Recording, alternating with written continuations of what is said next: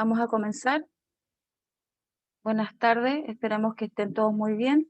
Les damos la bienvenida a la sexta charla del ciclo de webinar 2021 de Red Hortícola, dirigida a horticultores y asesores agrícolas de la región metropolitana. Esta actividad es auspiciada por el Programa Territorial Integrado Hortícola, conocido como Red Hortícola, Corfo, el Ministerio de Agricultura y ASOEP. Antes de comenzar, daremos algunas instrucciones sobre el uso de la plataforma. La charla actual está bajo la modalidad seminario, por lo que solamente podrán hablar y ver a los expositores y organizadores. Los participantes podrán realizar preguntas durante la presentación a través del botón de preguntas y respuestas.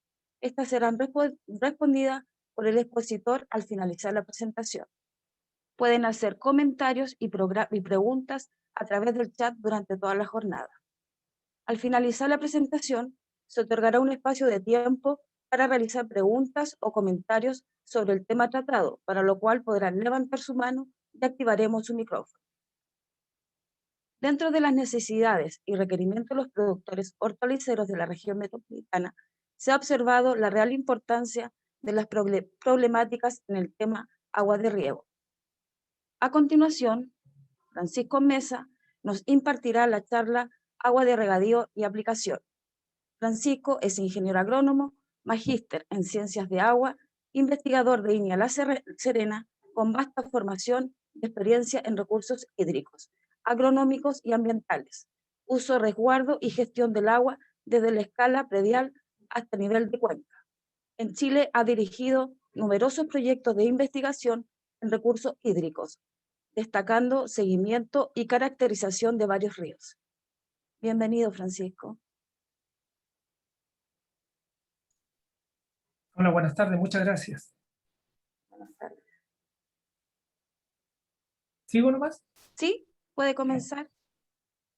Muchas gracias. Voy a compartir pantalla entonces. Sí.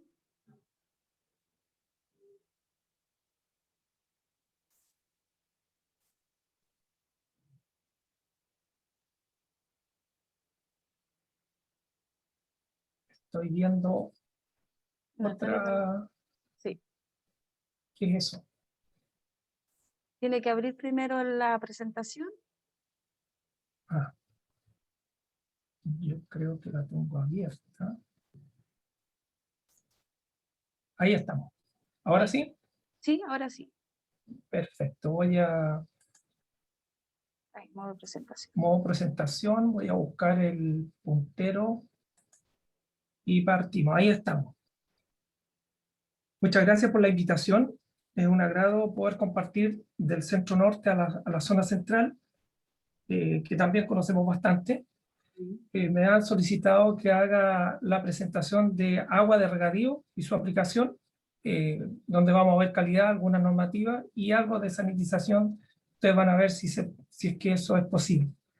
Bueno, como me presentaron, mi nombre es Francisco Mesa Álvarez, soy ingeniero agrónomo de la Universidad de Chile y tengo una especialización realizada en Francia hace unos 20 años atrás. Y siempre he trabajado en recursos hídricos en el Instituto de Investigación Agropecuaria con sede en La Serena. Bueno, para dar inicio como diagnóstico, algo muy general y que nos pasan siempre, pero que hoy día está haciendo crisis, el agua dulce. Y como muestra esta diapositiva que uno la puede ver y verificar ahora por el sistema en internet. Y solamente para decir que, claro, aquí es un poco benevolente la diapositiva porque dice que hay un 5% de agua dulce. Y la verdad es que con suerte podríamos llegar a un 3% del total que hay. Todo el resto está con una salinidad que no nos sirve. Y ese 3% está mayoritariamente contenida en los glaciares, está como hielo, y solamente un bajo porcentaje está en ríos y lagos, que es lo que más usamos nosotros de acuerdo al ciclo hidrológico. El resto también está en acuífero. Y bueno, y cuando se habla de los usos, vamos a ver que la mayoría del usuario de esa agua, poca agua dulce que tenemos al alcance, es la agricultura, en general en el mundo un 70%. Chile no se aleja mucho de eso, lo vamos a ver.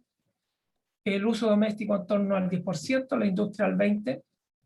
Y aquí hay una torta que dice qué disponibilidad tienen los continentes. Y podemos ver que Norteamérica se lleva una gran parte, más de un tercio, Europa un 17%, Oceanía un 19%, Sudamérica un 10%, África solamente un 5%, Asia un 14%. Por lo tanto, eso hay que tenerlo en consideración al momento de ser usuario del agua. Ahora, ¿qué es el agua? Una cosa muy básica, son dos átomos de hidrógeno, ¿verdad? Uno de oxígeno, pero el agua natural que usamos nunca va a estar como eso. Alguna particularidad de la molécula de agua es que entre los átomos de hidrógeno tiene una disposición tetraédrica con 104 grados en este ángulo, que le da la particularidad de tener un polo más positivo y uno más negativo, y esa particularidad le permite entonces contener o disolver una serie de otros compuestos, por lo que se le llama el disolvente universal, y tiene estas particularidades por los puentes de hidrógeno, de la fuerza de cohesión y adhesión, que le permite escalar, ¿cierto?, por pared, y mientras más estrecho sea ese espacio, entonces capaz de ir contra la gravedad, como lo hacen los vegetales, para subir agua hasta bastantes metros de altura, y entre otras particularidades. Bueno, el agua en el tiempo vamos a ir viendo, y aquí aparece que desde 1900 al 2000 el aumento ha sido siempre sostenido en la demanda, nunca ha disminuido, y eso nos vamos a enfrentar a un gran problema, o ya estamos en el problema. Y hay un aumento sostenido también de la superficie irrigada, y aquí después de los años 50 esto se dispara un poco, claro, porque crece la población, la necesidad de alimentos, la agricultura, etc. Esa es parte de la problemática del agua, pero tenemos otro problema más en la actualidad, que es la disminución de eso. Acuérdense que les dije que la mayoría del agua dulce está en forma de hielo, pero ya hace unos 20 años que empezó un proceso asociado al cambio climático, de disminución de esos volúmenes de agua. Nosotros en Chile tenemos la cordillera de los Andes, que es la que nos proporciona y nos asegura el ciclo hidrológico, especialmente en la zona mediterránea, donde está la mayoría de la agricultura, que es el principal usuario, entre Atacama y Biobío, pero que hoy día se está desplazando un poquito al sur. Y tenemos esta disminución de las fuentes, o de la principal fuente de agua de nuestro sistema en Chile. El otro aporte va a ser los acuíferos, que todavía hay zonas que no lo usamos bien, o no los tenemos bien caracterizados o conocimiento, pero también tenemos zonas con sobreexplotación.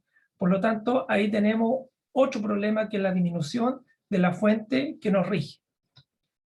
Y un tercer punto, que no es menor, es la contaminación del agua, por todos los usos. Aquí solamente puse un par de canales de regadío y lo que hacen los agricultores para ir obteniendo o limpiando, pero todos esos envases, que pueden ser de diferente clase, lo que están proporcionando al agua son probablemente compuestos indeseados. También el sistema de ganadería hace su aporte, ya puede ser en forma directa o a través de la coliforme, que no es menor. Asociado a esta misma contaminación de origen agrícola, o cualquier actividad o sistema productivo antrópico que está llevado por el hombre, tenemos la contaminación que se llama difusa, por diferentes actividades, es decir, todas aportan, pero no sabemos exactamente de dónde vienen. Y aquí está el sistema productivo forestal, agrícola, ganadero, incluso turístico. Entonces, vamos a señalar que en un curso que hizo la CNR hace un tiempo atrás, dijo esto, que el potencial de uso de una fuente de agua depende de los parámetros físicos, químicos y biológicos que cumplan con los requisitos asociados a ese uso. Yo les puedo decir que hay países como Finlandia, por ejemplo, que tiene tanta agua, tanta nieve y bosque, que esto lo ven al revés, o sea, el vaso medio lleno. Es decir, que ellos pretenden que eso sea tan limpio que no importe el uso. Entonces, esa es otra mirada que uno le puede dar. Pero bueno, si el agua ya no es tan limpia, entonces tenemos que fijarnos qué es lo que tiene y para qué nos sirve. pero también está la otra mitad. Aquí, solamente para mostrar que una estrategia nacional de recursos hídricos que se publicó hace 5 años atrás, con datos de 5 años anteriores, entre el 2010 y el 2014, mostró que, bueno, gran parte de la agricultura de Chile es de riego, que eso lo sabemos desde hace mucho tiempo y va a seguir siendo así, imposible que no, porque la mayoría de la zona mediterránea tiene prácticamente 8 años deficitario o seco. Entonces, proporcionar agua de riego. Y lo que está ocurriendo hace rato ya es que todo el centro norte está con un balance deficitario. Es decir, la demanda es más alta que la oferta. Y aquí sale una flecha donde aparece ya en 2015 la región de O'Higgins seriamente amenazada por ese desbalance. Lo ocurrió, pero tuvimos un veranito de San Juan, le digo, entre el 2015 y el 2017, pero rápidamente el 2018 volvimos otra vez a una cuestión deficitaria, y el 2019 ya fue muy deficitaria, que anuló ese pequeño ventanita que tuvimos. Aquí están en las hectáreas agrícolas de Chile, que hace muchos años también está entre 1.100.000, y hay un tercio de esto que está en fruticultura, con alta eficiencia, con riego tecnificado. Aquí aparece el riego tecnificado en torno a las 300.000 hectáreas, que en estos últimos años bien digo, frutícola, ya aparece que estamos sobre las 500.000 hectáreas, y esto acelerado por esta deficiencia. Es decir, no hay otra forma de hacer agricultura que haciendo un riego con alta eficiencia a nivel predial. Hace 30 años atrás, balances de la DGA, no lo puse acá, pero mostraban que el 85% del agua disponible que corre por las cuencas iba a canales, embalses, etcétera, y el 85% era usado por la agricultura. En esta estrategia del 2015 ya se dice que es un 73%, y que el agua potable, que era 4, ya está en un 6, y sabemos bien que hay lugares donde 8, incluso un poco más. Entre la industria y minería está en torno al 20%. Antes también era menos, esto ha ido subiendo, y de la disponibilidad de aguas subterráneas también ha ido aumentando su uso. Esa es la realidad de la situación del riego. Líneas, y tengo la impresión que va a haber una presentación de riego que va a explicar cómo es todo el mecanismo. Nosotros hace más de 20 años que trabajamos haciendo transferencia tecnológica en todas las regiones de Chile. Hoy día todavía se mantiene y se acelera un poco eso, dado ese nivel deficitario que hay. Incluso hay una proyección al 2030 que, lejos de mejorar ese panorama que hoy día tenemos, se empeora. Por lo tanto, a nivel de campo o de huerto o intrapredial, esta eficiencia tiene que ser mejorada. Y eso significa que hay que usar toda la tecnología disponible en el riego intrapredial, y sobre todo en hortalizas, donde se hacen capacitaciones en cabezal de control, el manejo de los sistemas de impulsión, los emisores, cómo no se obstruyen, el sistema de fertirriego, la aplicación, para tener y los manejos agronómicos asociados, en la carga de fertilizante, cómo defenderse de las plagas, etcétera, además del gasto energético.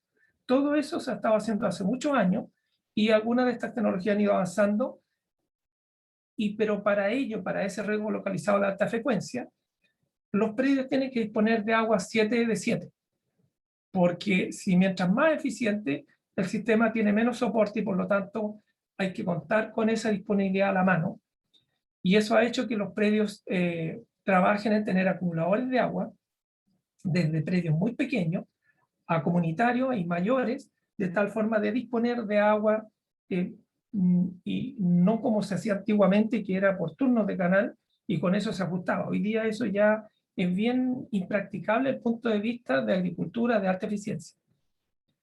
Y por supuesto que se están utilizando todos los sensores que están hoy día, que han salido y que están a disposición, y de control remoto, es decir, uno por el teléfono está regando, está controlando la salinidad, muchas veces este sistema tradicional de ver la humedad en el suelo no lo está abandonando. Y está usando una serie de mecanismos incluso para lixiviar sales si es que corresponde. Y también se ha tenido que trabajar, y el INEA lo ha estado haciendo, en el material genético, que gaste menos agua, si hay que usar portainjerto, si hay que usar malla, hay que disminuir esa demanda evapotranspirativa del cultivo, de diferentes formas, usando mulch, todos los mecanismos habidos por haber, porque el problema mayor es que no hay agua suficiente, cada vez es menos. Y al ser menos, vamos a pasar al tema que me convoca, que es ver entonces qué está pasando con la calidad del recurso hídrico, a nivel nacional, a nivel de cuenca, a nivel local, a nivel de canal.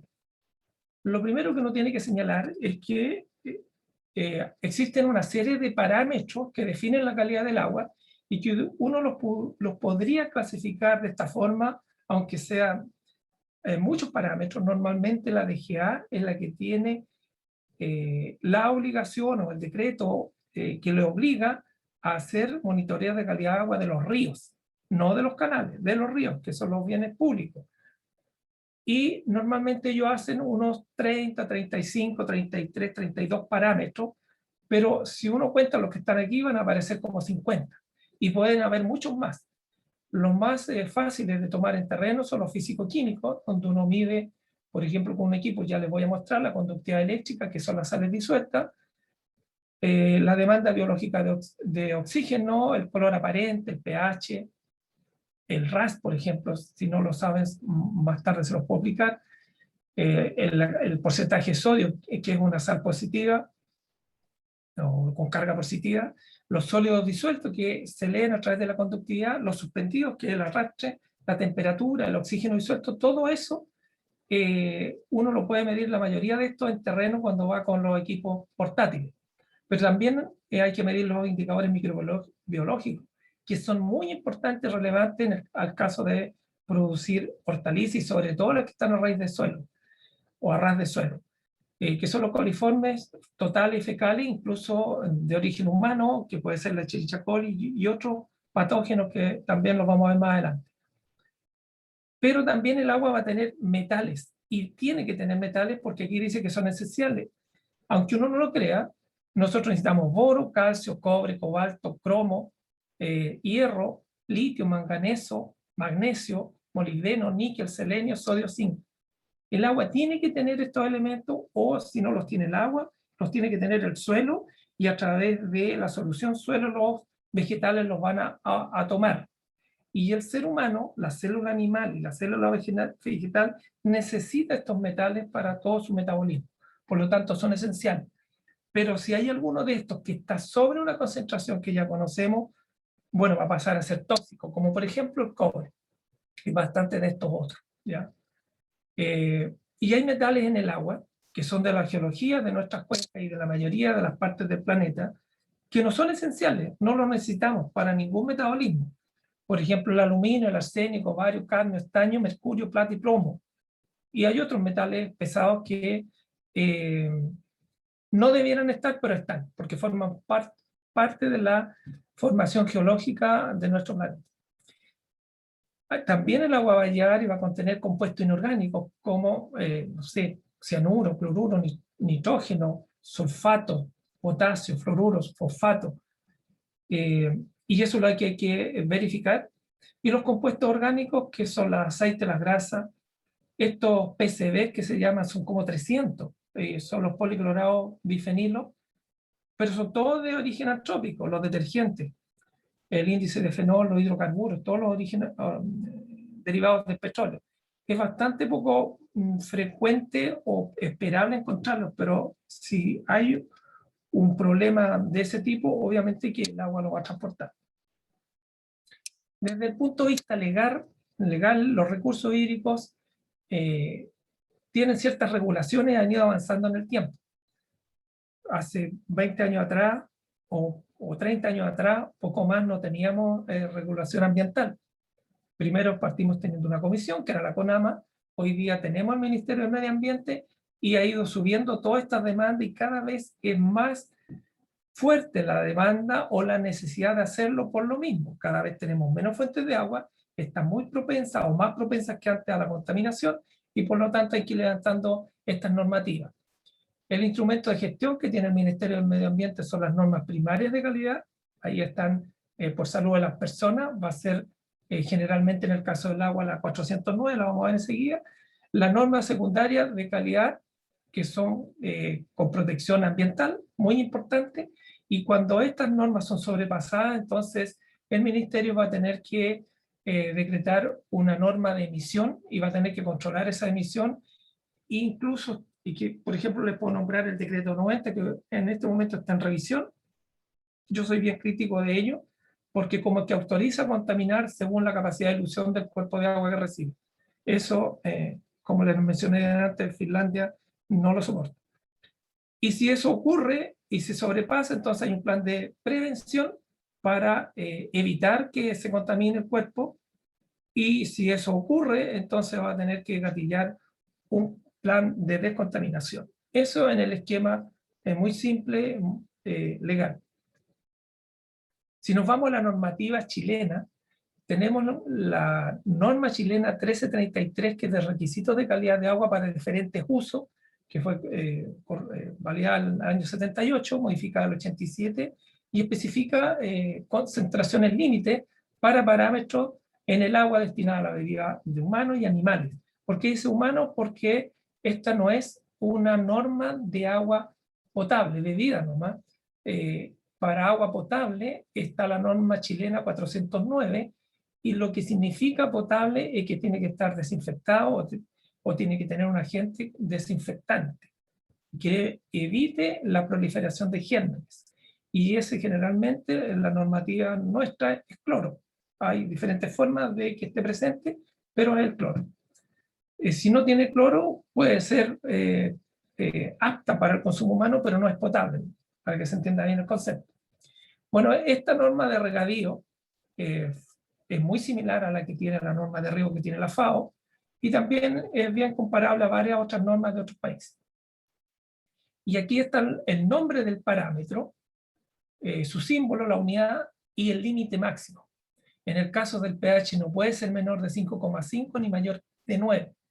Pero vamos a ver que en las cuencas chilenas, sobre todo donde hay explotaciones mineras, ese riachuelo o estero o afluente es muy posible que tenga un pH por debajo del 5,5.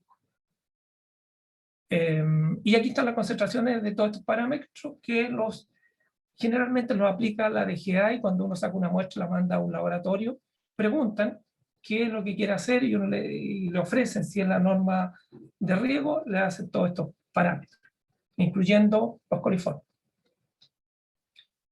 Esa misma norma especifica rangos para los sólidos disueltos a través de la conductividad eléctrica, con ciertos requisitos en el momento de hacer el análisis, que generalmente si la conductividad eléctrica es menor a 750 micromol, dice aquí, por centímetro, que es lo mismo que la unidad que se usa ahora, porque esto fue cuando se creó esta normativa, son los microdecisimes por centímetro.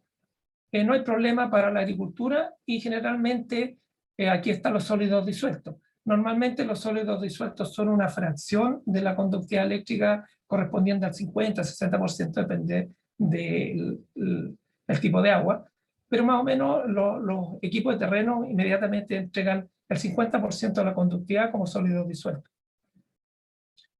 Bueno, entre 750 y 1500 ya podría haber un pequeño efecto a los cultivos más sensibles. Arriba de 1500 a 3000 ya se nota, y arriba de 3000 ya va a haber problemas.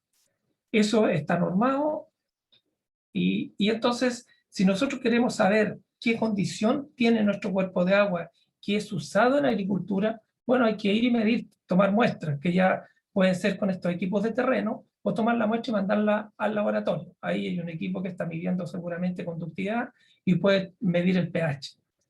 Vamos a ver que el pH es uno de los parámetros más estables de un cuerpo de agua, porque estos cuerpos de agua están en equilibrio con el aire que está en la atmósfera, y está entrando estos gases y está haciendo todo ese equilibrio. Es decir, que eso ayuda a que el pH se mantenga en ciertas condiciones, obviamente de acuerdo a ese rango que vimos ahí, que es bastante amplio.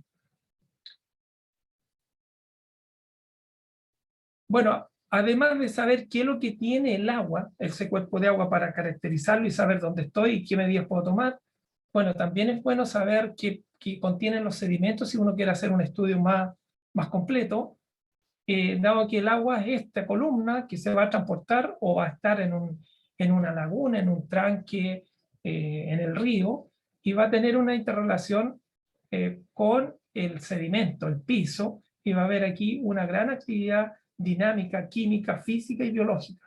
Esto está vivo, y todo eso que vive ahí nos va a dar un indicador de si qué tan saneado o en equilibrio está. Por lo tanto, estos estudios también sirven para caracterizar las fuentes de agua. Yo les mencioné de que hay normas primarias y normas secundarias. Se están levantando normas secundarias por cuenca para determinar el tipo de agua que hay disponible en esa cuenca a través del río y que va a los canales.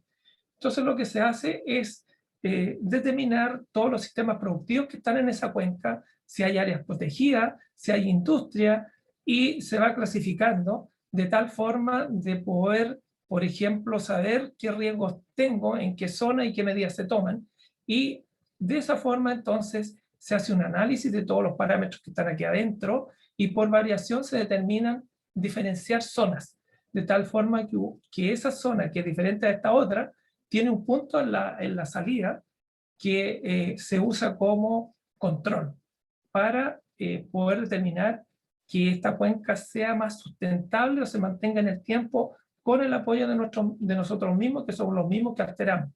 Y eso nos lleva entonces a determinar qué es posible hacer dónde, lo vamos a ver al final, y que si eso ocurriera, entonces uno podría pensar que yo puedo ordenar una cuenca y saber qué cosas se puede hacer dónde. Y por eso aquí dice ordenamiento territorial con signo de interrogación, porque en realidad en las cuencas chilenas no tenemos un ordenamiento territorial que nos diga qué cosas se puede hacer en qué lugar. Lo que sí hay, y ha avanzado un buen poco, es que cada sistema productivo tiene que cumplir, de acuerdo a su envergadura, con un estudio de impacto ambiental, si es más pequeño, al menos con una declaración de impacto ambiental, que hace 30 años más eso no existía, por lo tanto se ha ido avanzando. Pero también podríamos caracterizar perfectamente toda la cuenca, y antes de hacer esa declaración o estudio ya saber qué cosas sí se pueden hacer y cuáles no se pueden establecer en la cuenca, y eso ayudaría bastante. Y para eso, entonces hay que tener a nivel de esa cuenca indicadores que ayuden a reconocer y caracterizar. Y hay muchos. Aquí solamente les voy a mostrar algunos de ellos, que son, por ejemplo, aquí sale la fauna íctica. Ustedes han escuchado que en los ríos del norte se habla de lo que había, de los peces que habían antaño y que ya no están, que la trucha, que etcétera, etcétera. Bueno, han ido desapareciendo precisamente por la presión sobre el recurso. Aquí hay una guía para hacer estos estudios que lo sacó el Ministerio del Medio Ambiente para establecer normas secundarias por cuenca recién en el 2017. Es decir, esto está en pleno proceso y en avance, y va a tener que seguir su avance. La fauna íctica de los peces es un indicador, pero también podría estudiarse, y de hecho se hace, sobre todo en tesis de estudiante universitario, la vegetación ribereña, que está asociada a los ríos. Eso indica que están en equilibrio está ese río o perturbado. También se pueden estudiar las fases inmaduras de una serie de insectos que viven en el agua de acuerdo a altura, oxigenación del río, que son los macroinvertebrados bentónicos. Este es el caso del río Huasco. Hace unos 10 años atrás hicimos un estudio para caracterizar. Parece que el río Huasco venía con una serie de proyectos muy grandes y había que estudiarlo mucho. Nos sirvió para reconocer ese río. Estas son fotos obtenidas hace 10 años ahí, y que cada uno de estos estados inmaduros nos indica qué tan en equilibrio está el río y qué tan contaminado está. Hay especies o familias de especies que indican claramente los contenidos de perturbación que tiene. Esto también lo hicimos en ese mismo tiempo en el río Choapa. Estas fotos son de allí y se pudo ver diferencias. Bueno, con estos indicadores se hacen estas áreas de vigilancia con los puntos. Hace 2 años recién atrás retomamos el estudio. Este es el río Huasco desde Cordillera a Mar, estableciendo los puntos de seguimiento por 2 años para corroborar en qué estado se encontraba y poder entonces levantar información actualizada para enriquecer la discusión de una norma secundaria, porque hace 10 o 15 años, cuando hicimos el primer estudio, no había norma secundaria, hubo un intento, pero no contenía la parte biológica. Esta segunda vez sí la contiene, porque las normas secundarias son precisamente para mantener el equilibrio o preservar el equilibrio natural de los ecosistemas acuáticos asociados a los cuerpos de agua. ¿Y por qué es eso? Porque sencillamente ese indicador de los ecosistemas acuáticos es un aviso para lo que, si se alteran, es lo que le va a ocurrir al hombre después en sus usos. Es bastante más sencillo. Y con ese trabajo entonces uno determina área de vigilancia y el punto que va a controlar esa área aguas arriba. Y así va entonces haciéndose un programa de mantención o de mejoramiento incluso en los diferentes territorios. Y esas áreas quedan definidas por variación de los componentes que caracterizan el cuerpo de agua en ese o en todo el territorio. Esta es la cuenca del Huasco. Actualmente estamos trabajando con un proyecto Corfo, también en la cuenca del Elqui. Aquí están los datos y los valores de pH desde la parte cordillerana, aquí está donde se explotó el Indio, hasta el mar, con la cantidad de datos que existen. Hay zonas que tienen muy poco, y los valores, ¿ya? Y con ese dato del pH y su variación, y todos los que varían, esos 30 o 50 parámetros que obtenemos, entonces nosotros somos capaces de diferenciar zonas y poner esas áreas de control. Y con eso entonces vamos viendo cómo se está deteriorando o manteniendo el cuerpo de agua que al final del río va a salir a todos los canales, con lo que hace la Junta de Vigilancia, las comunidades de regantes, y va a ir a dar a los predios. Y ese es el agua de riego para la aplicación en la agricultura, que es muy importante. Como les señalaba, hay muchos equipos hoy día cada vez más eh, a control remoto, si ustedes quieren, pero muchos de terreno que uno puede llevar y puede empezar a medir estos parámetros, sobre todo la sales disuelta, que es lo más popular que aparece cuando los volúmenes de agua se están disminuyendo. Medidores de conductividad eléctrica, de pH, de temperatura, incluso de algunos elementos o compuestos como los nitratos. Ya hay electrodos que están diseñados, aquí están, que pueden medir algunos de las sales directamente. Y también de mesón, o que están más estables en las instalaciones del predio, digamos, y uno puede tomar la muestra, transportarla. Como les señalaba, uno de los parámetros que uno se tiene que fijar es que el pH no tienda a ser estable dentro de mi cuerpo de agua cuando yo ya lo reconozco, porque el pH se mantiene, y de acuerdo a la carga de bicarbonatos, por ejemplo, se opone a hacer cambios bruscos, y cualquier cambio de pH en un cuerpo de agua, que es dinámico, ese cuerpo se está oxigenando siempre, se está moviendo, si hubiese un cambio de pH, puede provocar un descalabro ambiental. Y eso tenemos que tener cuidado. Solo como idea, siempre se va a tender, o vamos a desear, que el pH de un agua esté en torno al neutro, al 7. Normalmente, por los compuestos que tiene, que arrastra y que acarrea, va a estar un poquito hacia acá, hacia la alcalinidad. Y hacia acá es bastante más peligroso, porque hay muchos más elementos que se pasan a activar, como muchos de los metales. Pero aquí, solamente para que tengan una idea, el jugo de limón está por ahí en los 3, el jugo de naranja un poquito más arriba, el café, qué sé yo. Y para acá está la parte que el cuerpo humano también, y todos los vegetales tienen un gran componente de agua, tienden a mantener por su composición. Cuando nosotros nos enfermamos bueno, no voy a decir por qué, generalmente el pH cae, y hay que tomar, por ejemplo, lo que dice aquí, una pastillita, que es tratar de subir el pH. O sea, el pH es muy importante para mantener el equilibrio natural de cual los sistemas están conformados. Entonces, yendo a los parámetros físico-químicos, que son indicadores de la calidad del agua, con lo que ya hemos visto, vamos a tener que uno de los más importantes es la salinidad que contiene esa agua, o cuántos iones tiene. Y eso es fácil de medir por estos equipos portátiles, y también lo va a corroborar una muestra en el laboratorio.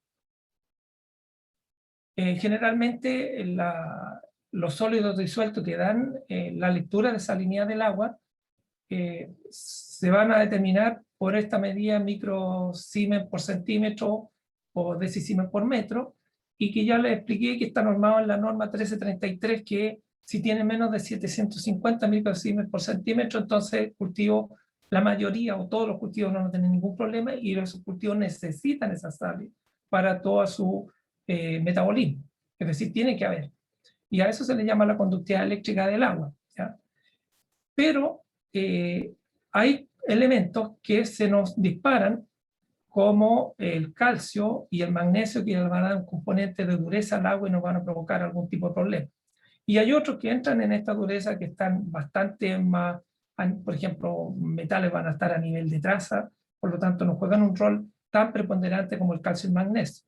Pero a medida que el calcio y el magnesio se suben en nuestra agua, entonces van a provocar precipitados, van a taponear los goteros, el sistema de filtraje va a durar menos, va a ser un grave problema, un dolor de cabeza para los sistemas de riego.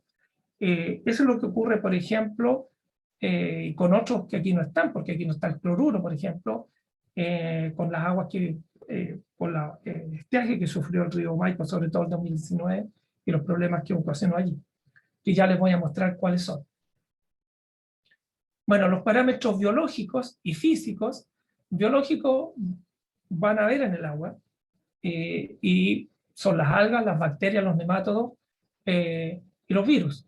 Ahora, las bacterias son generalmente anaeróbicas, son bastante aromáticas, voy a decirlo de una forma.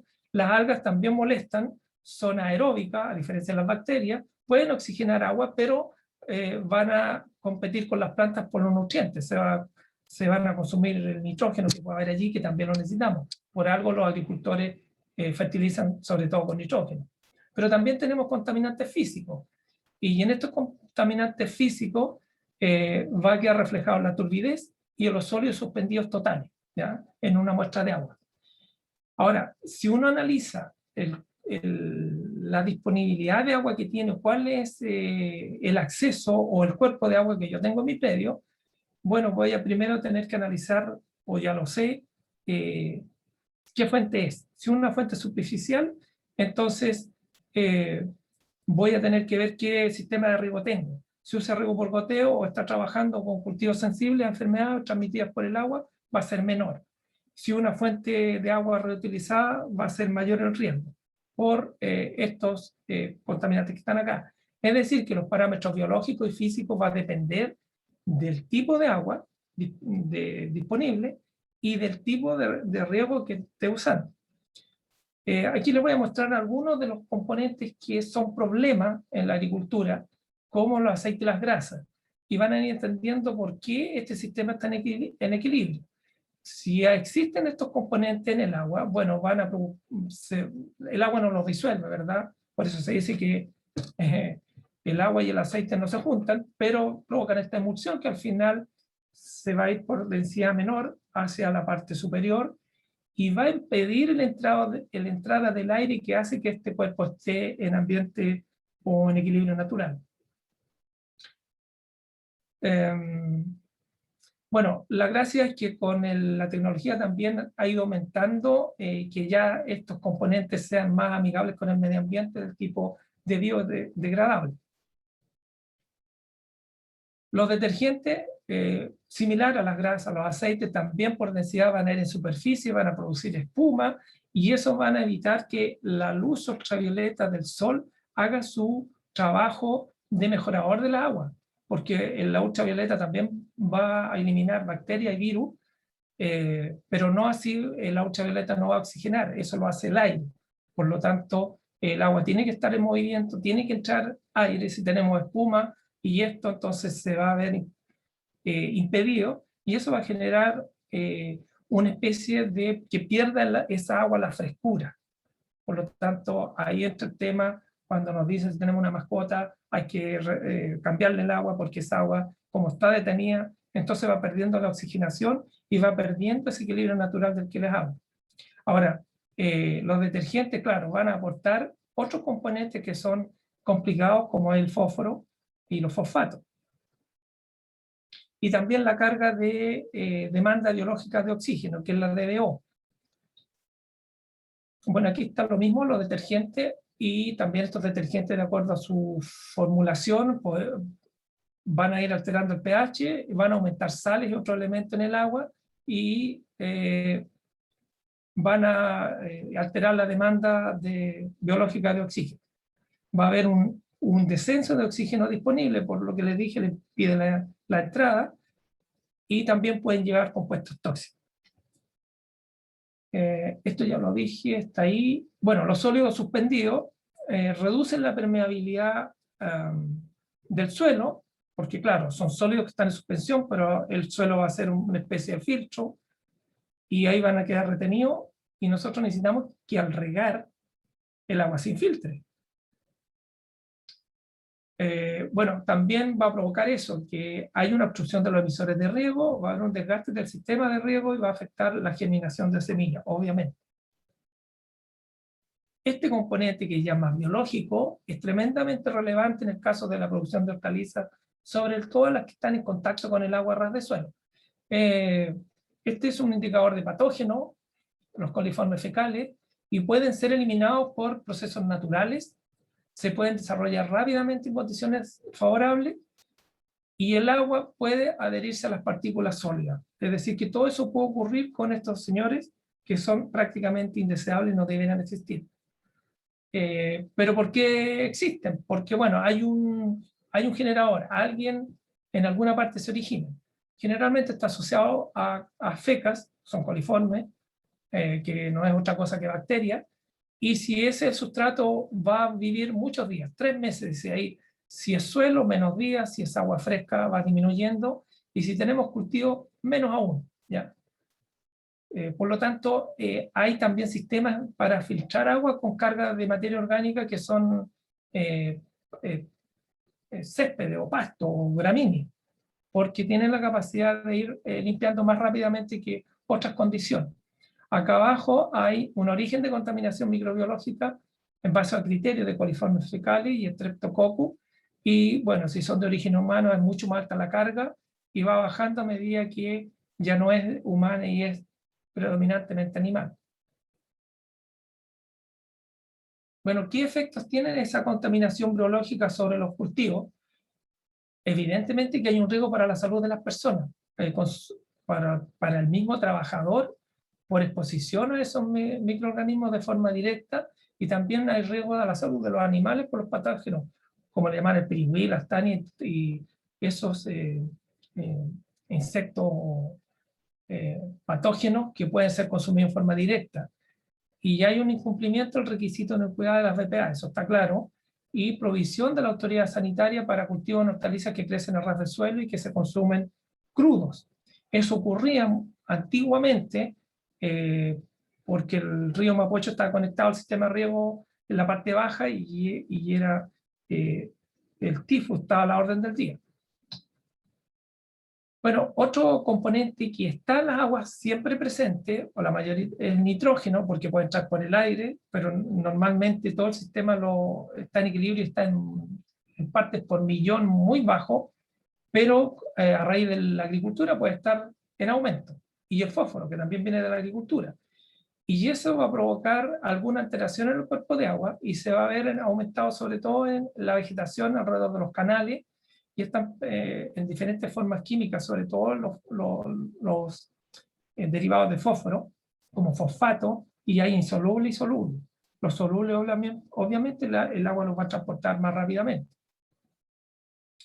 El nitrógeno y el fósforo va a haber una proliferación de algas en canales, y va a haber deficiencias de otros nutrientes. Pues ya lo mencioné anteriormente, que las algas van a competir por algunos nutrientes antes que llegue esa agua a las plantas. Y el nitrógeno va a sobreestimular el crecimiento de esas plantas, va a provocar sobresombreamiento, va a alterar el equilibrio de esa planta y va a tender a fructificar menos. Y como tiene más sombra, va a llamar a las plagas. Hay muchas plagas que es como que toman el aroma cuando hay suficiente nitrógeno para atacar. Y uno encuentra ahí ¿Y qué ocurre después? Que aplica, no voy a decir el doble, a veces el triple de químicos para controlar la plaga y todo parte por un desequilibrio del nitrógeno. Bueno, está claro que va a provocar deficiencia por competencia de otros nutrientes y también un retraso en la maduración. Y todo el contenido, sobre todo de frutos, va a ser más endeble, va a tender a putrefacciones posteriores a post cosecha. Todo eso es gracias al exceso de nitrógeno, así que ojo con eso. Bueno, aquí hay un resumen de parámetros de contaminación de coliformes fecales, Streptococcus, la demanda biológica de oxígeno, que se llama DBO porque se mide en 5 días y por diferencia de la muestra de agua se ve cuánto oxígeno utilizó esa muestra para degradar la materia orgánica que está ahí.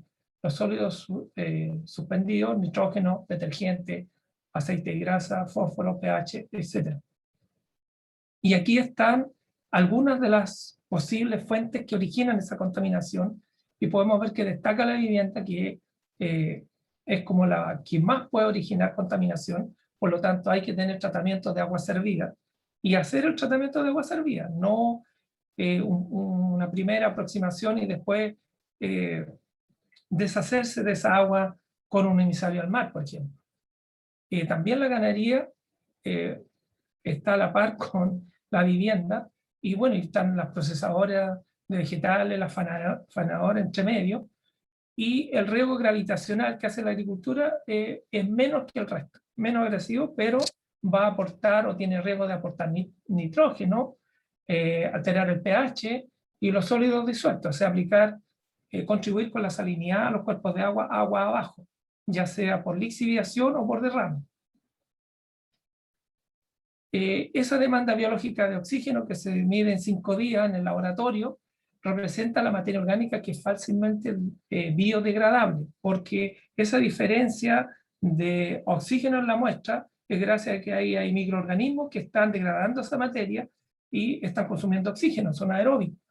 Pero también está esta que está acá, la demanda química de oxígeno, que ya es una, por decir una forma, de incineración, se quema la muestra y también se mide por diferencia de peso, y eso es ya todo el carbono que hay en el agua. La materia orgánica es carbono disuelto o no disuelto en el agua, pero es carbono. Todos los restos vegetales son estructuras carbonadas. Y la materia, si uno seca la materia orgánica, le saca el agua pura, el 50% de la materia orgánica es carbono. El suelo necesita ese carbono, pero no el agua. Bueno, aquí hay algunas medidas de kilos de DBO, o aquí está miligramos por litro, según el contaminante. Obviamente que un ensilaje es el que más va a aportar, va bajando hacia aguas tratadas. Aquí está el FSMA, que es el Food Safe, que es seguridad alimentaria, no nos vamos a meter con inglés, que está ahí, que estableció hace unos años como ley Estados Unidos para posibilitar el ingreso de productos frescos. Es un sistema de inocuidad alimentaria moderno, ellos le llaman, basado en la prevención y no en la reacción. Eso significa que esta ley, que fue creada hace muchos años, pero salió en el diario oficial por ahí el 2016, Chile, la ASOEX, la trabaja muy bien con la producción de frutales y también de vegetales, y ha estado negociando tiempos para implementar. ¿Y qué dice esta Produce Safety Rule, norma producción primaria? Establece estándares científicos para el cultivo, cosecha, empaque y manejo de frutas y vegetales frescos. Seguramente que en una charla o si no la vieron, la van a ver, de buenas prácticas agrícolas, el detalle de esto, pero que yo lo tengo que nombrar porque incluye la calidad del agua. Y lo hace por higiene y salud de los empleados, los animales, de todo tipo, y de todo el manejo que se hace a nivel del campo. Es decir, que hay que demostrar que el agua que uno está utilizando en contacto directo con el producto que está obteniendo en el campo, esa agua está libre de gérmenes, sobre todo coliformes, y por lo tanto va a haber que demostrar Eso a través de un análisis. Ya muchos campos lo están haciendo, pero todavía yo diría que no hay una fiscalización que nos va a caer o que nos podría caer directo, para ver la veracidad del análisis. Hay todo un protocolo que, según lo que hay, va en aumento para ir caracterizando de acuerdo a esa exigencia. La inocuidad de los alimentos hace referencia a todos los riesgos, sean crónicos o agudos, que pueden hacer que los alimentos sean nocivos para la salud del consumidor. El agua utilizada en la pre-cosecha usando métodos directos de aplicación sobre la fruta o verduras se debe efectuar el análisis para detectar la presencia, sobre todo, de Escherichia coli genérica. La tolerancia es una media aritmética de 126 colonias por 100 ml de agua y un límite umbral determinado en el análisis estadístico de las muestras en un máximo de 410 colonias. Eso está bien estipulado en esta normativa, que señala que el personal ha recibido, exija, porque esta ley en Estados Unidos son 7 normas, esta que está aquí es una, hay 7, y entre todo eso exige que si es que su predio llega a exportar a Estados Unidos productos frescos, entonces una de las exigencias es que el personal esté capacitado en qué consiste esta normativa ESMA. Bueno, entonces producir hortalizas no es tarea fácil, sobre todo lo que les he mostrado de forma bastante rápida y general, pero para tener una idea, y es una manifestación, la manifestación y magnitud del efecto de los contaminantes en los cultivos y el suelo depende entonces de varios factores como lo hemos señalado. Por supuesto, el tipo de suelo, no es lo mismo que sea arenoso, que sea más pesado o arcilloso, la susceptibilidad de la especie, cuánto tolera, la forma del riego, si es gravitacional o tecnificado de alta frecuencia localizado, el clima, por supuesto, porque si cae una precipitación como la que ocurrió en pleno verano en la zona central, podría entonces salpicar y contaminar algo que en otra situación normal no ocurre. Y el tiempo de exposición, si es que tenemos agua contaminada, también va a influir. No le he mencionado, pero hay otro problema más con los contaminantes que son los pesticidas.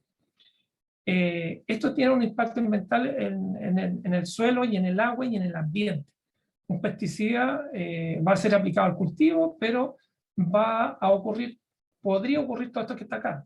Podría haber arrastre superficial si es que corre agua, puede haber descomposición química por el mismo sistema radical, puede haber absorción si es que hay materia orgánica o alto contenido de arcilla, y va a haber descomposición por las plantas que están ahí o alrededor, puede haber volatilización y puede incluso haber lixiviación y contaminación de la napa freática. Eso va a depender de muchos factores del tipo de plaguicida que estemos utilizando.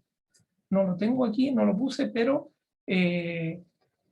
están las definiciones y las descripciones de esos productos en las etiquetas, y por lo tanto están normados con colores desde el azul al verde y pasando por el rojo y el amarillo, y cada uno de esos tiene un grado de agresividad con el medio ambiente. Por lo tanto hay que considerar eso. Generalmente el manejo agronómico ayuda mucho a bajar esta carga y cada vez se está avanzando bastante en esto o más, pero falta mucho todavía, demasiado, diría yo. Entonces, si nosotros nos vamos a la calidad del agua, que determina la idoneidad del agua para riego, el agua debe tener cierta salinidad. Y hay que comparar elementos que están allí como el sodio, por ejemplo, la relación con los otros iones, y esa salinidad siempre va a ser higroscópica, es decir, va a retener agua con respecto al sistema radical del cultivo que sea, y va a pelear por esa agua. Entonces, al final, va a haber menos agua disponible y se va a traducir o se va a manifestar en una disminución del rendimiento, que si es poca la salinidad uno no se da cuenta, lo único que sabe es que el rendimiento ni siquiera se da cuenta que es menor al potencial. Bueno, y también esa salinidad va a influir en la fertilización y va a afectar la programación del riego. Un alto nivel de sales disuelta en el agua requiere cantidad de aplicación extra para retirar esas sales de la zona de raíz. Generalmente se habla de una fracción de lavado que hay que hacerla cada 15 días por lo menos, y que va en torno a 1/3 de la aplicación normal. Pero si tenemos poca agua, a veces eso no se puede hacer. Y obviamente que hay que asesorarse para tener bien esos cálculos y que hoy día se pueden hacer. Y aquí está lo mismo que ya les mostré de acuerdo a esa salinidad. Y solamente les quiero mostrar aquí algunos problemas derivados si es que tenemos exceso de sólidos disueltos, que ya los medimos con el conductivímetro y que ya sabemos que está en torno a 1 y hacia arriba, entonces está provocando este problema de afectar los rendimientos. Bueno, aquí hay efecto de la conductividad eléctrica del agua de arriba en el rendimiento, por ejemplo, en maíz. A medida que esa conductividad sube, el rendimiento baja. ¿Ya? Está muy claro ahí. Si uno lo quisiera ver en foto, bueno, en pastos que son sensibles y otros cultivos, va a provocar eso, caída de hoja, va a ser menos fotosíntesis, la fábrica se va a tener, va a incidir en el rendimiento. Estas son frutillas afectadas por salinidad sobre 1,5, sobre 2, y obviamente que las frutillas pierden el aroma y desbalance nutricional, etc. El suelo no va a infiltrar por un ordenamiento de los iones, y otros cultivos también aparecen manifestaciones de distorsión o alteración nutricional. Obviamente que hay cultivos más sensibles que otros. Solamente un ejemplo de agua de una muestra en Copiapó, que hicimos un ejercicio ahí, que con una conductividad alta de 3,7, se hizo un cálculo y dijo, bueno, para obtener el 100% de si no hubiese esta salinidad perjudicial, obviamente que necesitaba aplicar más de 2/3 de agua extra para poder tener ese rendimiento. Y si yo aplicaba el 50%, o sea, para tener el 50% del rendimiento había que aplicar un 15% más. Y se hicieron esos ensayos, ese cálculo con maíz y tomate, con la misma agua, aplicando lo mismo, y para tener el 100% del rendimiento en tomate se aplicó un 42%, es decir, que aquí aparece que este tomate es más tolerante que el maíz que mostré recién. Esto es solamente un ejercicio para mostrar que hay diferencia entre las especies, y entre las especies, entre las variedades, y entre los suelos también, a una misma cantidad de sal. Pero uno tiene que saber eso, reconocer lo que uno tiene. Efectos del pH, el pH les dije que debiera bajar, moverse poco en un curso de agua, en un cuerpo de agua, en un río, en lo que tengamos como suministro, dado que es el que proporciona el equilibrio. Y si se mueve, va a producir un efecto en la disponibilidad de los nutrientes. ¿Ya? Hacia arriba van a precipitar, hacia abajo van a solubilizar otros, que pueden ser competencia. Entre las sales están los cloruros. Voy a ir un poco más rápido por tiempo. Solamente decir que hay fertilizantes que aplican más sales que otros. Por ejemplo, el muriato potasio, que es cloruro de potasio al final, del centro norte no debiera usarse por la alta carga de cloruros que aplica al suelo y que es una sal. Y lo pasamos muy rápido, pero la normativa dice que si yo tengo más de 200 partes por millón o miligramos por litro de cloruro, va a ser perjudicial para los cultivos. Y resulta que este ya aplica un 47% del contenido, y aquí dice que si yo aplicara 500 kilos por hectárea de este producto en un año, o sea, la mitad va a quedar como kilos de cloruro en el suelo. Claro, se pueden lavar, se pueden limpiar, se pueden limpiar, pero para que este lavado ocurra, tiene que haber un año bueno en precipitaciones. 200, 300 milímetros en invierno, resulta que el 2019 hubo menos de la mitad, y ya saben lo que pasó, y les puse como ejemplo el río Maipo.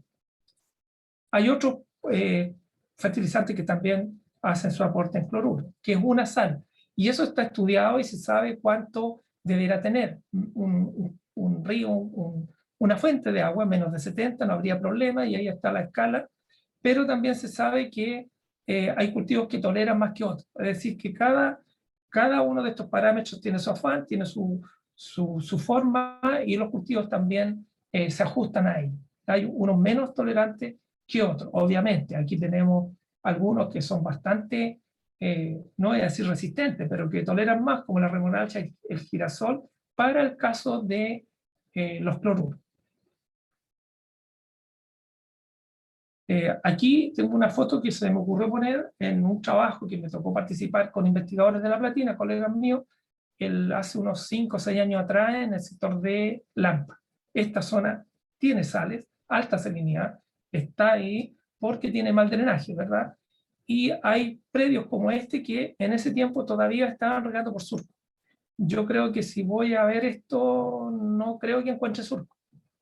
Acá hay otro huerto que hacía hortalizas de corte y ya en ese tiempo estaba teniendo problemas más o menos fuertes con la acumulación de sales, las deficiencias de agua para hacer lavado, y era un problema. Y por eso que ellos se inscribieron en un programa nuestro para transferencia tecnológica y ver cómo podían mejorar sus, valga la redundancia, manejo agronómico frente a este problema de las sales en el agua y otros contaminantes.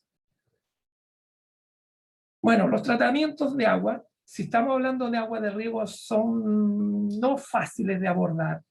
Serían casos especiales. Una, porque los volúmenes de agua que se ocupan en la agricultura son bastante altos.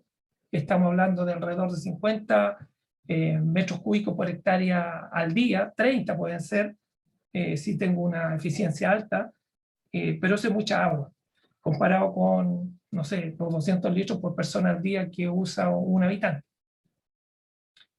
Y eso hace entonces que haya diferentes sistemas de tratamiento, como lo que sale aquí: neutralización, oxidación, química o biológica, reducción, filtración, osmosis. Esto para las aguas urbanas son esta escala de tratamiento primario, secundario, terciario, etcétera, y que, por ejemplo, en muchas partes de Chile no pasamos ni al primario. Y un aspecto que puede ser la sanitización o desinfección, claro, con un oxidante se puede hacer, pero no va a salir tan barato. Hay cursos de esto que en agricultura se usa la ultravioleta y la ozono, que es lo menos caro, digamos, pero va a ir a controlar principalmente gérmenes, bacterias, virus, protozoos. Otro de los contaminantes que le nombré no los va a atacar mayormente. Pero en el caso de usar cloro como desinfectante, como hidroclorito de sodio, que es lo más común, hay que tener cuidado con la materia orgánica que tiene el agua, porque si tiene materia orgánica, va a formar la materia orgánica con ese cloro, probablemente va a formar trialometano, que son compuestos precancerígenos, y el problema es mayor y uno no lo sabe. Y ese compuesto cancerígeno va a atacar principalmente células animales, que podemos ser nosotros mismos agua abajo.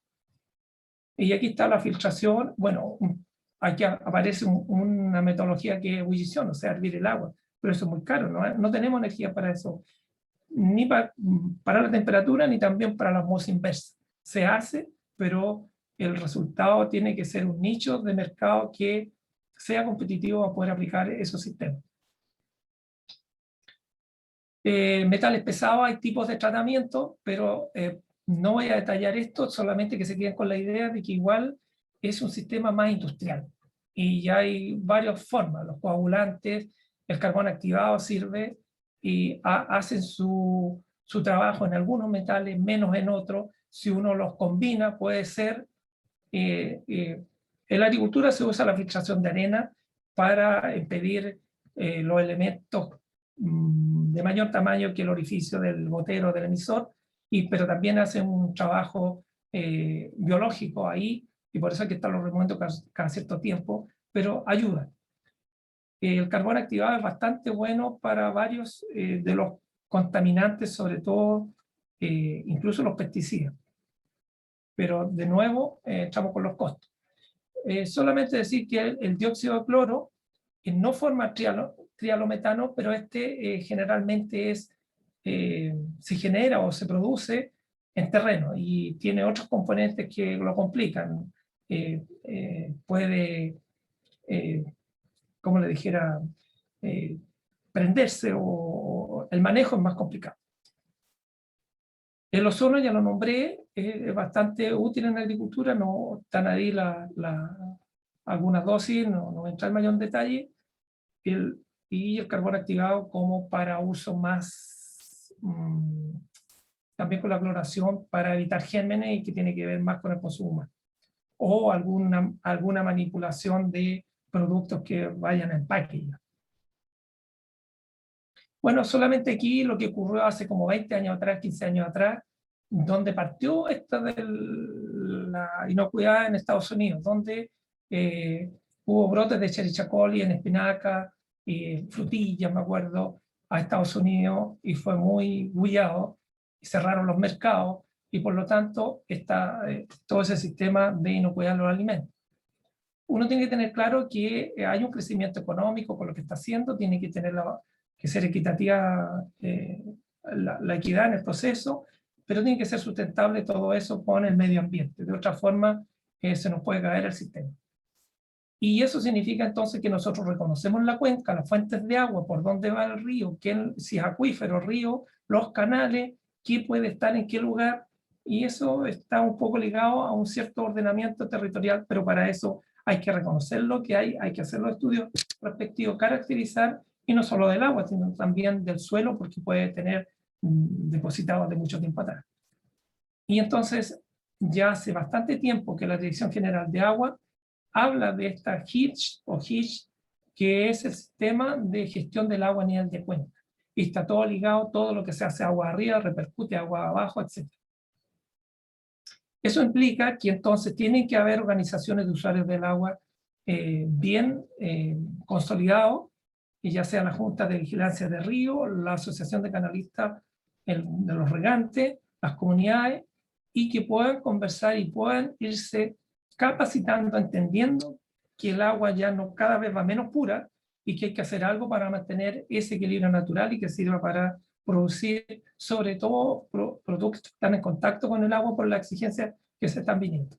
Y eso significa entonces hacer estudios de calidad de agua, es determinar los objetivos, pasar por un programa de muestreo, ejecutar que sea esa muestra representativa del cuerpo que yo tengo, hacia río, laguna, tanque, embalse, etcétera, cómo está en el sistema hidrológico conectado, hacer ensayos de laboratorio, que puede ser variado, depende de cada caso, pero hay que hacer ese reconocimiento y también hacer chequeos en terreno con estos sistemas portátiles, hacer inversiones para mantener y ayudar a esa menos contaminación del agua o disminuir los riesgos.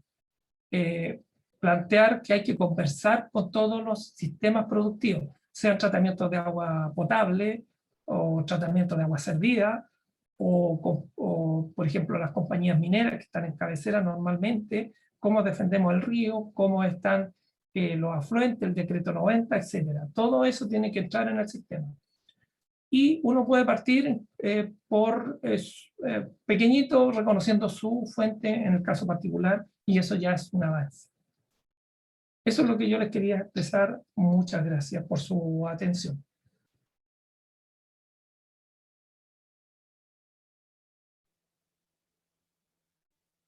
Muchas gracias, Francisco. Ahora daremos paso a que realicen preguntas. Para ellos puede levantar la mano y nosotros activaremos su micrófono.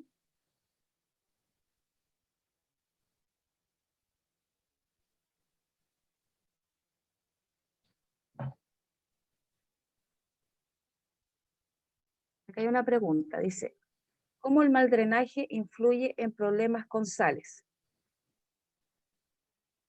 Bueno, eso es, el mal drenaje siempre influye con sales, porque cuando no hay drenaje el agua se acumula, y la única salida que tiene esa agua es la evaporación.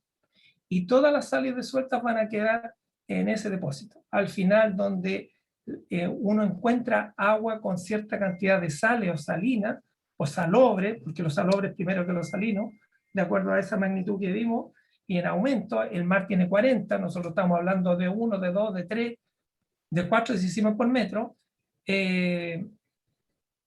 significa que hay un mal drenaje. Generalmente está muy ligado. A no ser que la fuente originaria esté proporcionando sales. No sé si expliqué bien.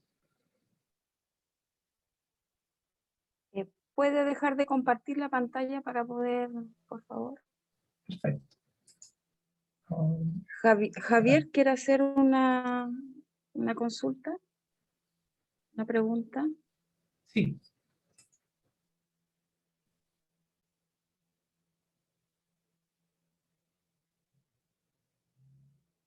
Javier, ¿me escucha?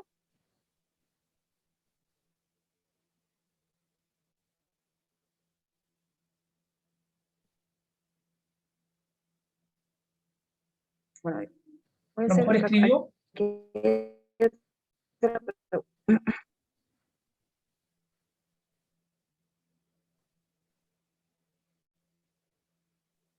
Ahora sí, me parece que estaba desactivado el micrófono. ¿Me escuchan?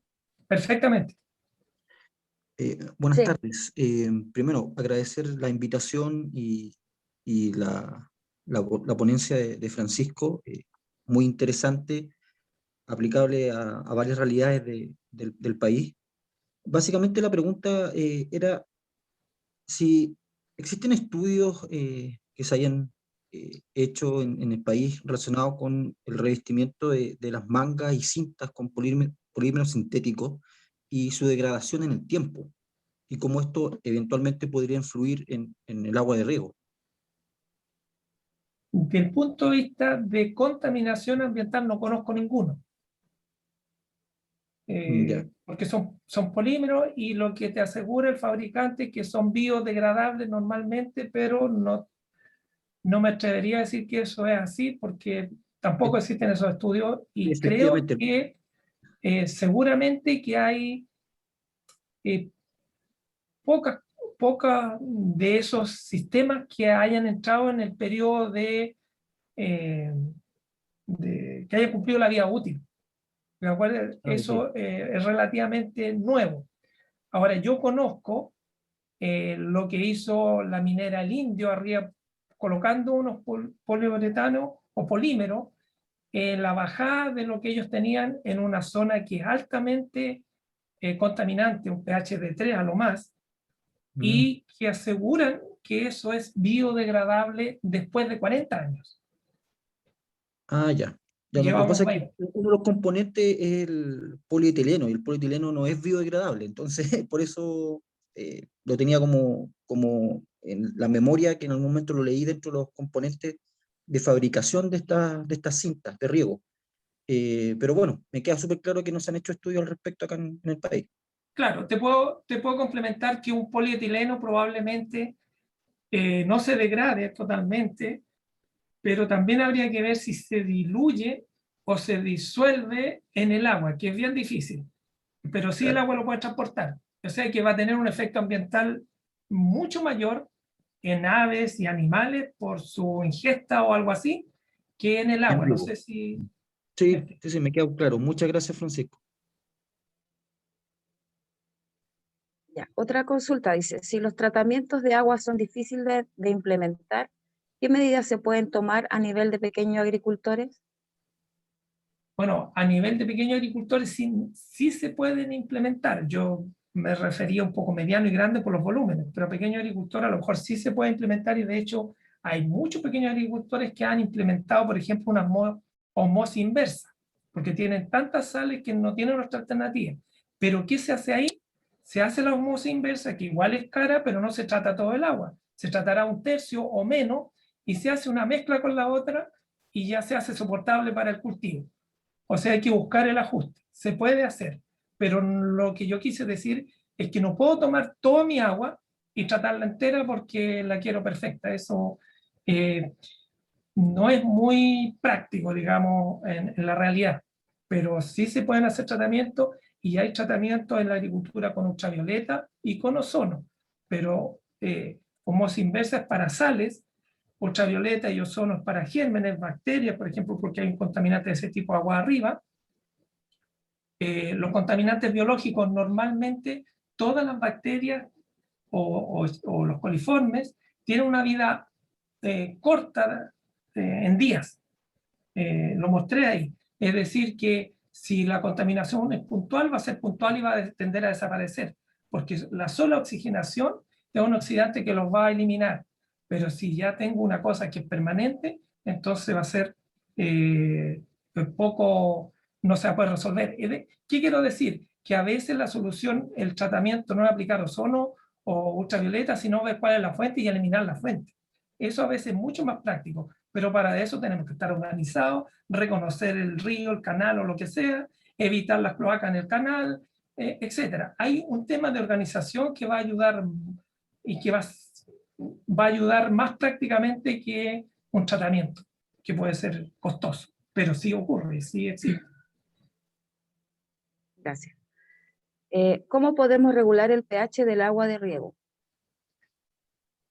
Es muy, bueno, el pH está regido por ese equilibrio que yo nombré y normalmente, dependiendo de las bases y los ácidos que tenga esa composición, aquí ya es más técnico, pero si yo tengo, no sé, una serie de bases débiles, con un ácido fuerte baja inmediatamente. Es decir, pero lo mismo que dije anterior, ¿qué pH de riego quiero bajar para una aplicación de un agroquímico, un fertilizante? Eso se hace normalmente en los campos y hay que hacerlo porque si no el efecto de esa aplicación tiende a anularse. Pero si yo quiero bajar todo el pH, o sea, el pH de todo un agua, por ejemplo, quiero regar arándanos, ya me voy a complicar bastante más. Y va a depender, bueno, si yo quiero bajar el pH hay que aplicar un ácido, eso está clarito. Pero va a depender de la robustez de esa alcalinidad, cuánto es lo que voy a tener que aplicar con un diferente ácido, uno débil o uno fuerte. Por ejemplo, nosotros le enseñamos a los agricultores de bomba de espalda que con 3 limones yo bajaba el pH de 8 a 7 o un poquito menos para hacer una aplicación efectiva. Pero el limón es un ácido débil. Entonces, de nuevo, depende de esa caracterización que tenga la composición química del agua que yo quiero bajar. Se puede hacer. Gracias. Respecto a la nueva constitución, ¿qué aspectos deberían incluirse respecto al agua de riego? Uy, eso ya entramos en política. Pero el agua en Chile estaba, hasta antes del código actual, agua y tierra juntos. Y se supuso que haciéndolo separado y con acción, como está hoy día, el agua es un bien raíz, está en el conservador, se iba a dar dinamismo y se iba a aumentar la eficiencia en el uso. Eso, claro, ocurre, pero también ocurre que el que tiene menos está un poco desprotegido, se queda sin agua. Esa es la discusión que hay hoy día. Ahora, el agua está descrita en la Constitución chilena vigente como agua nacional de uso público, pero en la práctica están dados, concedidos los derechos y a perpetuidad y en el conservador al titular. Entonces, el límite de esas dos visiones es bastante difuso y prácticamente el que la usa es el que manda. Así que en esa parte los legisladores tendrán que ver cuál es la mejor opción. Hay muchos países que no tienen el código chileno tal como nosotros lo tenemos, o sea, más del 90%. Australia es uno que está como yendo a la privatizar el agua para mejorar el dinamismo y la eficiencia en el uso. Pero hay otros mecanismos. España fue uno de los que retrocedió hace bastantes años atrás y ellos determinan el uso del agua en la agricultura de acuerdo a la demanda real que el usuario tiene. Es decir, si yo tengo 40 hectáreas de palto, me van a corresponder según evaporación y y no sé qué, tanta volumen de agua. Y eso el sistema tiene que darle, sea público o manejado por un privado, pero va a quedar registrado de esa forma. Yo creo que por ahí debería ir, tal vez, porque estamos en un zapato chino en Chile con los derechos de uso.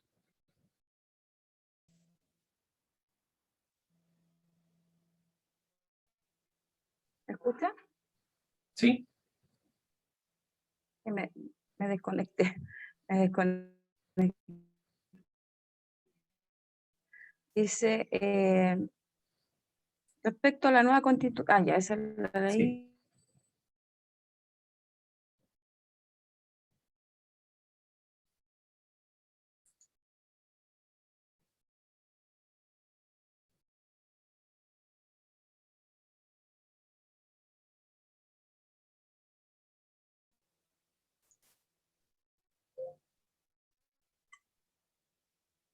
Parece que tiene problemas de conexión, Sofía, así que voy a continuar yo. Ya, perfecto. Francisco, la última pregunta que está acá en el panel dice, ¿se puede realizar riego agrícola mediante la reutilización de aguas grises? ¿Existe una normativa que lo regule? En estricto rigor se podría, hay países que lo hacen, Israel lo hace, el que yo conozco en forma directa y estuve allá, y hay otros que también, pero en Chile no tenemos regulación. Es decir, esa agua de aguas grises, que la hace la sanitaria, las toman y esa agua ya se concedió en un derecho. El derecho de aprovechamiento que tienen las sanitarias tienen más de lo que realmente necesitan porque la demanda humana es inelástica. La gracia del Código de Agua, si tiene una gracia que yo valoro, es que se reparte a prorrata, es decir, y de acuerdo al caudal normal del río. Por eso se llama acción. Si el río es 100 y hay estiagio, sequía y ahora llega a 50, entonces el titular recibe el 50% del agua. O sea, siempre va a haber una relación. Pero el agua potable, que es un regante más, porque tiene igual derechos registrados, no puede decir a las personas estamos en sequía, tome el 50% del agua. Por lo tanto, ellos tienen sobredotación y con sobredotación incluso quedan deficitarios, y por el que haya un reclamo de un usuario que no le salió el agua por la llave o el caño, entonces hay una multa a la sanitaria porque es un bien básico. Es decir, ahí yo soy bastante crítico porque la cultura del agua que deberíamos tener en Chile no existe. Porque si a mí no me sale agua por mi sistema urbano, aunque sea para lavar el auto, que es una grosería, entonces yo hago un reclamo, demuestro, y la sanitaria le van a sacar una multa. Y entonces no tenemos incentivos para la cultura del agua como lo he visto en muchos países. Esa es una cosa. Y además, esa demanda del sistema urbano es inelástico. Entonces, esas sanitarias, si tratan el agua, están muy atentas diciendo que esos derechos que si se generan por hacer un tratamiento de agua gris y que ya se pueda usar porque está limpia, entonces son de ellos. Pero eso no está regulado. Gracias, Francisco. Mira, al parecer no hay más preguntas y en el chat, sí, muy interesante, agradecido, dice Cristian Araya. Luis Venegas dice, ¿hay estudios para en un futuro usar agua de mar para regar? Eso ya se hace, y también en varias partes del mundo. El tema de todo esto que hemos hablado es más que el costo, en el caso de sacarle la sal al agua, como la propaganda, es la energía. Si nosotros pusiéramos una gran fábrica o industria para sacar para sacarle sal a agua de mar, se nos apaga todo. No tenemos suficiente energía. Eso hace mucho rato que vamos, igual que el aeropuerto de Santiago, súper pillado. Entonces, y de atrásito de eso están los costos. Entonces, si yo pretendo hacer eso que pregunta, entonces tengo que tener una salida de producto que sea competitivo y que pague ese proceso. Exactamente. Bueno, muchas gracias, Francisco. Si no hay más preguntas, queremos darte las gracias nuevamente a ti y a todos los asistentes por haber participado en esta actividad. Gracias a Iña también por siempre estar apoyándonos con los conocimientos que van adquiriendo. Y queremos invitar también a los asistentes a nuestro próximo webinar, que es el próximo martes, donde el tema es manejo integrado de plagas en hortalizas, impartido por Nancy Vita, también es un profesional de línea, y le estaremos compartiendo el link de inscripción a través de las redes sociales. Así que muchas gracias a todos por asistir y muchas gracias, Francisco. Muchas gracias, muy amable, y vi que los asistentes permanecieron la hora y tanto que uno está hablando, así que los felicito y estas son formas de capacitarse, así que los felicito a ustedes también por el programa. Muchas gracias. Gracias a ti. Adiós, que estén bien. Chao. Chao.